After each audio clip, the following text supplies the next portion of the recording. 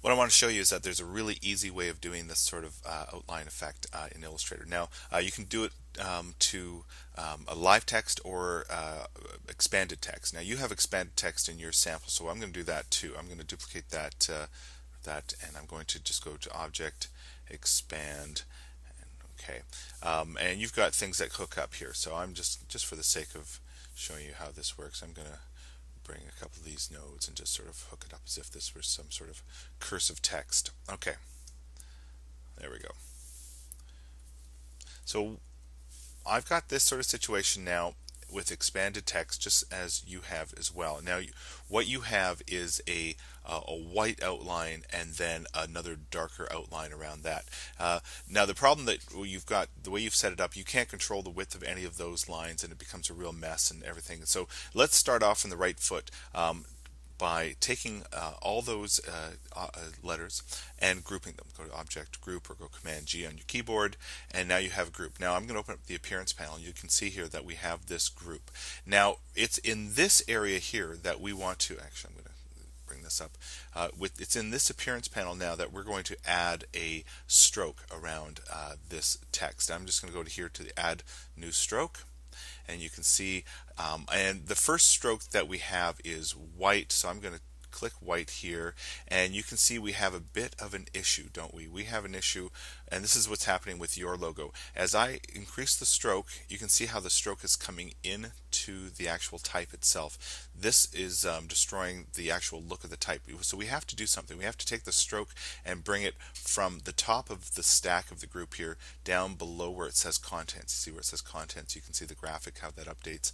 And now that stroke is now behind the contents. Now I can increase the weight of that stroke without ever destroying the actual type itself. That's key. Okay, now you can't see what we've got going on here because it's white on a white background. So we're going to do one more thing. I'm going to, again, with that stroke chosen, I'm going to make that choose this new stroke icon. We've created a new stroke.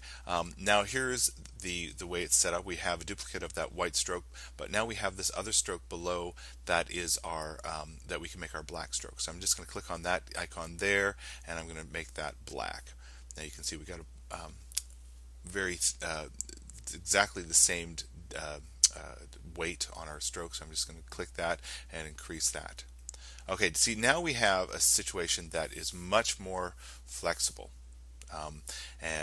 So this is what I recommend for you to do. Now, you can do it to live text. I did want to show you that you can do it to live text, but the way you do it is a little bit different. Rather than, when I have this selected here, rather than having it say group like it did with the expanded selection down here. Oh, by the way, this is all still editable in the Appearance panel, so if you want to have some fine adjustment to be able to, increase the weight of that, but you can see how much more flexible this is. And so you have to start off with a group of shapes that are already aligned. So you have to put in the connections between the letters and such, the ligatures. But like I said, I want to show you can do this with live type as well. But you add a stroke like this, but you can see how the stroke again goes to the top of our stack here. This time, rather than bring it below the contents, you have to just bring it below characters, and basically the same rules apply. We can make that make this yellow this time so we can see it, and we can increase the weight, and we can add yet another stroke, change the weight of, or change the color of that, and anyway, you get the idea. So the nice thing about working live, though, of course, this is still, still live. Anyway, hope that helps you. Talk to you later.